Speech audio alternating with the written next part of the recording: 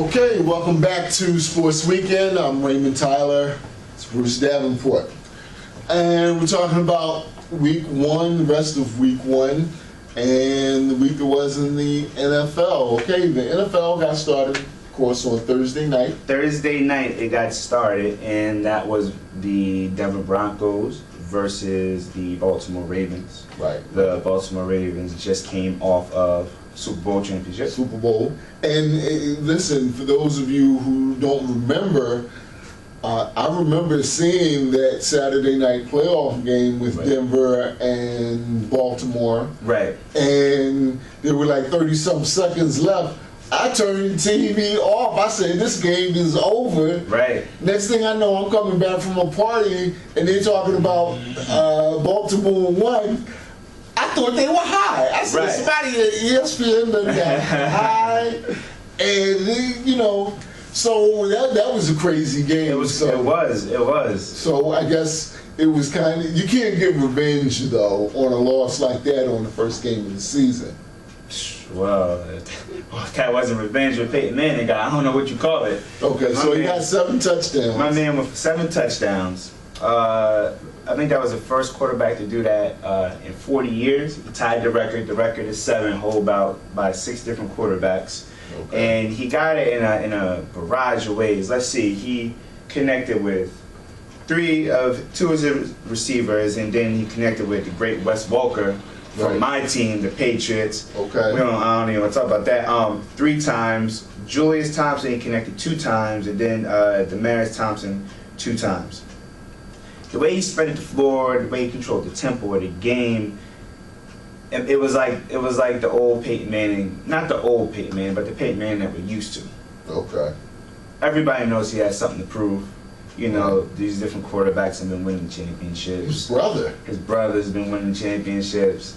Yeah. And it all credit to maybe because Peyton Manning was out. Because even though he's not my favorite quarterback, I know he's the best quarterback in the league. And the way he runs the offense, it was great. So Manning, he went for 462 passing yards. He was 27 for 42. Flacco, he didn't do that bad. He went for 362 passing yards. He was 34 for 62. But it was this exciting game. Great job by the NFL. Way to kick the season off. You know, it's just going to keep rolling from here. And as we saw on Sunday, the games were even better. You go with Green Bay Packers versus the San Francisco 49ers. Yes. Got Aaron Rodgers, a former Super Bowl champion, and then you have Colin Kaepernick, who just the story of Colin Kaepernick can't get enough of. Just came from a Super Bowl loss last year. And he lit it up. Let's see. Colin Kaepernick. Colin Kaepernick passed for 412 passing yards. Wow. 412 passing yards. And a lot of that was due to their new pickup from the Baltimore Ravens, Anquan Boldin. Right. A new wide receiver adds so much more to that team. So much more options. He spreads the field out. It's just, to see those two work was great. Now, Anquan Boldin, he went for 200 plus yards, and that was the first time from a 49ers receiver that they got 200 yards since Jerry Rice and T.O.A. Right. So it's been a while.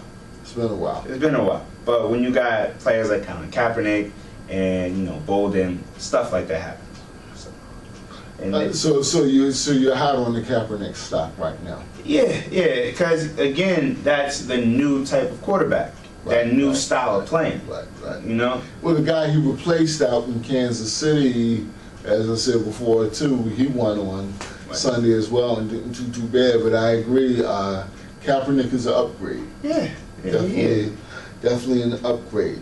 And then Aaron Rodgers didn't do bad. It was almost like a great 80s NBA game as you was waiting to see which player was going to blink first. Right. Well, Aaron Rodgers went 21 for 37, 3 touchdowns. So they had it going on too. Right. Real explosive offense. Him and Jordy Nelson, they were connecting a lot. I mean, you can see the passes were out of bounds. You know what I'm saying? Straddling the line. Right. It was just great.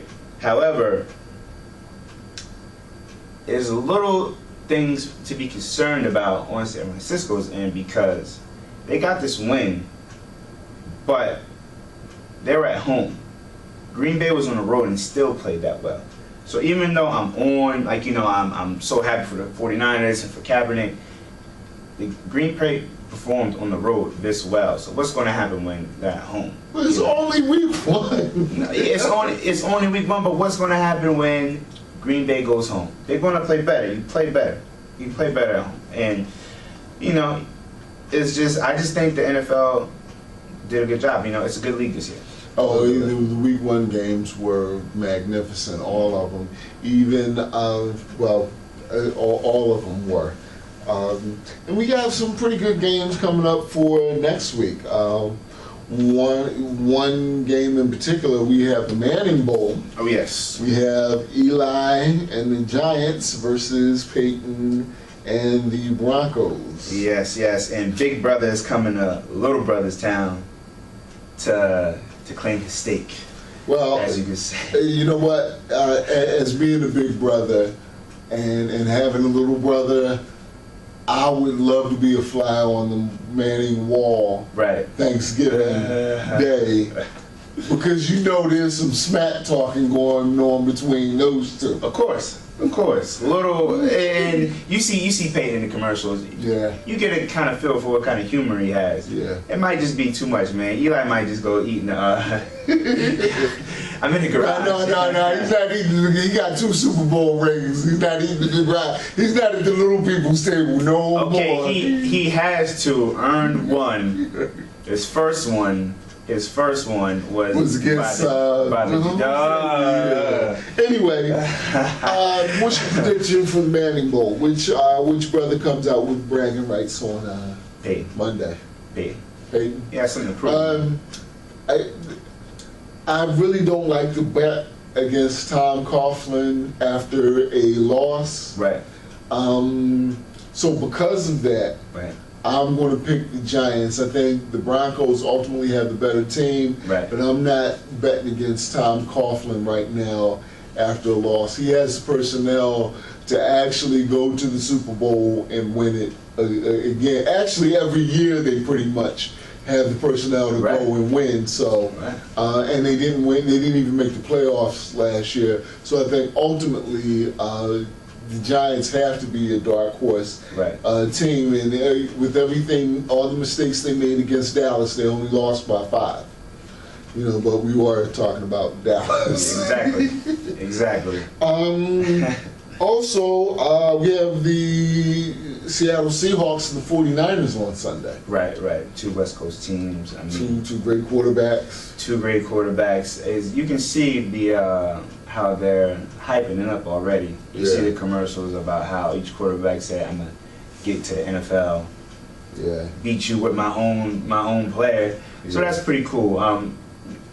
With that game, I just want to see a good game. I want to see a high scoring game. Yeah, I just want to see I want to see the points get put up on the board. Okay, all right.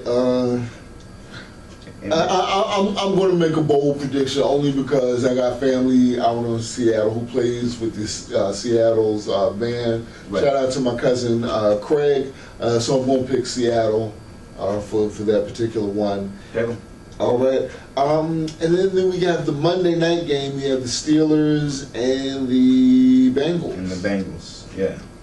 Steelers, man. I mean, both teams. This shouldn't be a Monday night game.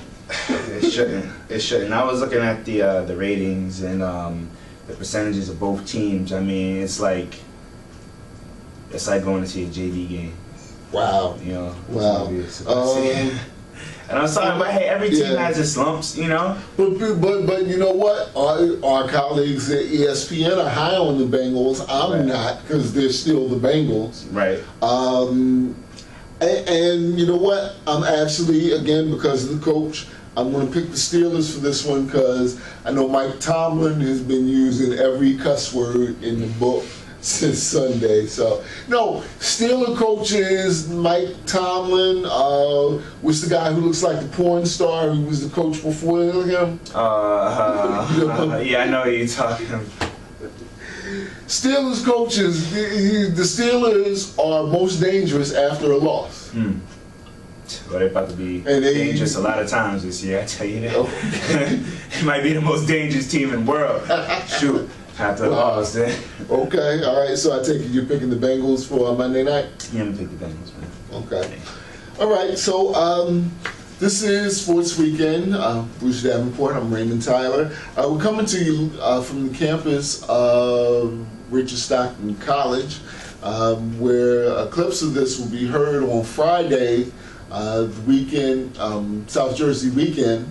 And yeah, so when we come back, we'll be talking about the lack of violence in the NFL and has it become a touch football league.